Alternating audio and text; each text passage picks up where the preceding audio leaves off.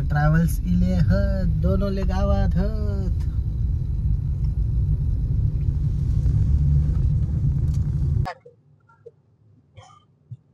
तर नमस्कार मंडळी, गुरुप्रसाद व्लॉग्स या आपल्या युट्यूब चॅनल मध्ये आपले सहर्ष स्वागत आहे. जुन्या व्हिडिओंना म्हणजे आपल्या बायांचा मान पार्ट 1 पार्ट 2 या दोन्ही व्हिडिओंना तुमचा भरभरून प्रतिसाद मिळत आहे. म्हणजे तुमच्या ह्याच प्रतिसादामुळे ही ऊर्जा येते की तुमच्यासाठी व्हिडिओज आपण नवीन नवीन बनवत राहतो. तर आजचा व्लॉग आहे आपला. आज आहे रविवार 3 ऑगस्ट. तर आज आपल्याला बोलावण्यात आला आहे भालचंद्र महाराजांच्या मठातून. तिकडे दिंडीचा कार्यक्रम आहे संध्याकाळी, पण आज दिवसाचं आपल्याला एक पुण्य करायला मिळत आहे, ते म्हणजे रक्तदानाचं. तर ते रक्तदान आपल्या इकडे हिंदळे भंडारवाडा शाळेच्या त्या हॉलमध्ये आयोजित केलेलं आहे. व्लॉग शेवटपर्यंत पहा, सबस्क्राईब करायला विसरू नका. तुम्ही व्हिडिओज बघतात, व्ह्यूज चांगले येत आहेत, पण तुम्ही सबस्क्राईब करत नाहीयेत. नवीन नवीन व्हिडिओ तुमच्यासाठीच आपण बनवत आहोत. तर जोपर्यंत तुम्ही कमेंट करायला विसरू नका. कमेंट केलात तर आपला उत्साह तेवढा वाढत जातोय. तर बाकी सर्व धन्यवाद.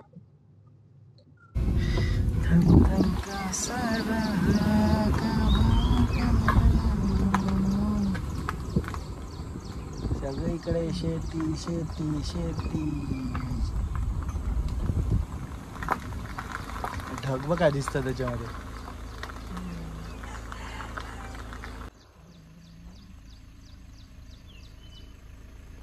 हे सर्व जवळून बघायला पण ना म्हणजे काहीतरी पुण्याई नशीब लागतं. ज्याने कोणी ही शेती कसली आहे, ज्याने कोणी हे शेती घेतली आहे, ते आपला शेतकरी बळीराजा याचं किती मेहनत केली असेल या गोष्टीसाठी. तर असेच आपण जरा जात होतो, इकडे भुईमुग वगैरे पेरलाय. तर जात होतो तर काहीतरी एक वेगळं दिसलं. म्हणजे आताची ही जुन्या टाइमची अलार्म सिस्टीम आहे. एक ताटली बांधली आहे, त्याला एक नट बांधलाय. तर वाऱ्याने तो असा वाजत राहतो आणि हे ताटली फिरत राहील तशी ते आपटत राहते. अशी ती सिस्टीम आहे. म्हणजे गुराढोरांच्या यांच्यासाठी थोडं दूर लांब करण्यासाठी. आणि शेतामध्ये आता भुईमुग घातलाय. भुईमुगाला पाणी थोडं कमी लागतं असं. आम्हाला काय जास्त शेतीतलं कळत नाही, पण जेवढं करतो त्याच्यामध्ये थोडा पाऊस कमी झाल्यावर आता भुईमुग लावलाय. खूप खूप बघू तेवढंच लांब लांब लांब पर्यंत त्यांनी शेती केली आहे. भात बीत लावला, अजून पण कामं चालू आहे. तर बरं वाटतं जरा असं बघून. तर आम्ही गाडी लावली आणि उतरून आलो शेतामध्ये. काकांनी परमिशन दिली, करा तुम्हाला काय पाहिजे ते. तर हे छोटी छोटी आता अशी आले आहेत.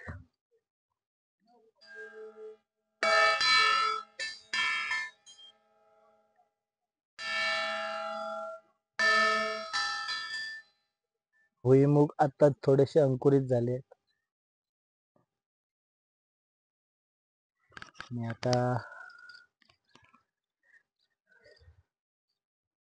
आता समजलं आम्ही गाव का निवडलं ते. तर आता आम्ही पोचलो आहे रक्तदान करायला पुन्हा एकदा भंडारवाड्याची शाळा.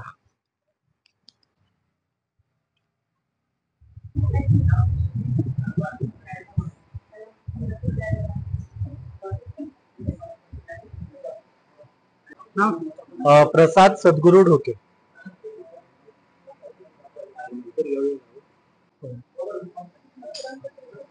Non smoker, non drinker. कोई टैटू है लेकिन वो 4-5 साल पहले का है. 4-5 साल नहीं, बहुत साल पहले. बाकी कोई इशू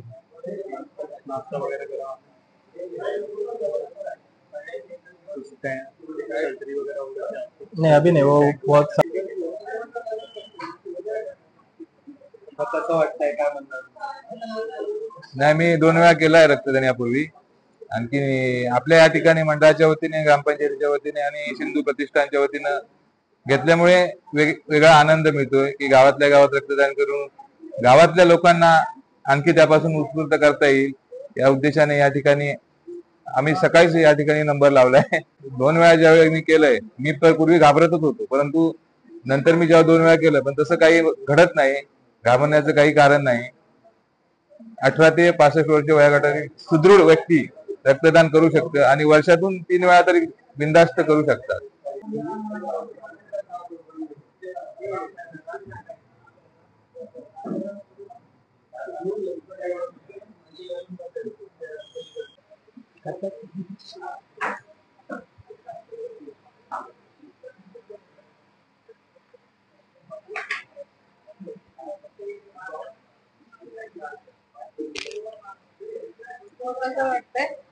आजपर्यंत जवळजवळ 20 वेळा रक्तदान केलं. कधीही काही असं विकनेस आलेला नाही, कधी काही प्रॉब्लेम झालेला नाही. त्याच्यामुळे बिनधास्त रक्तदान करू शकतात.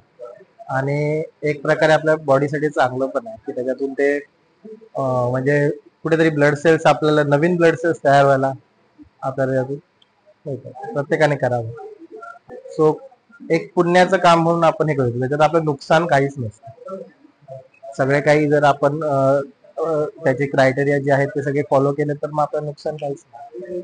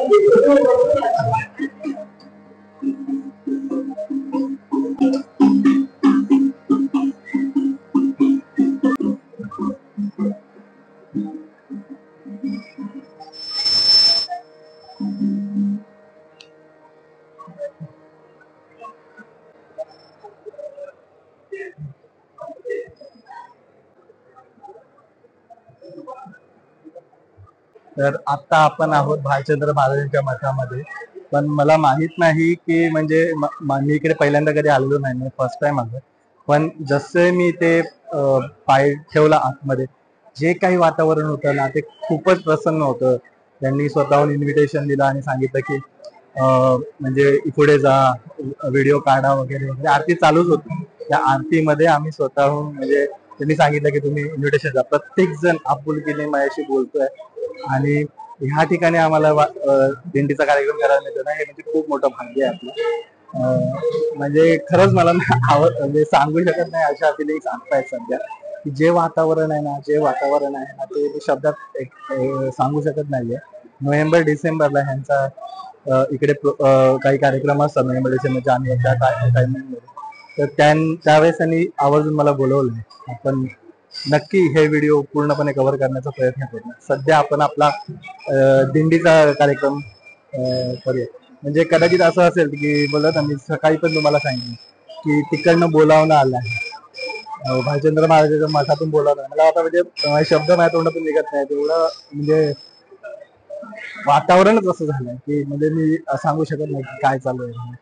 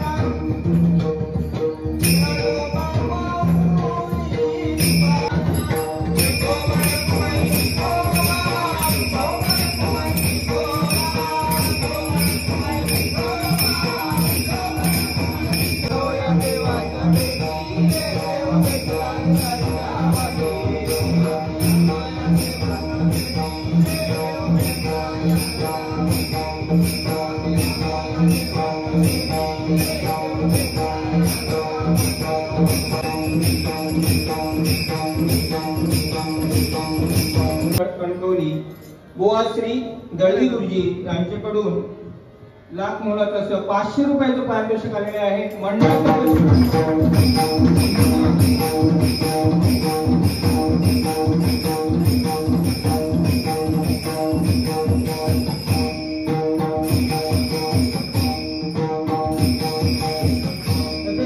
जयेश मालणकर यांच्याकडून पण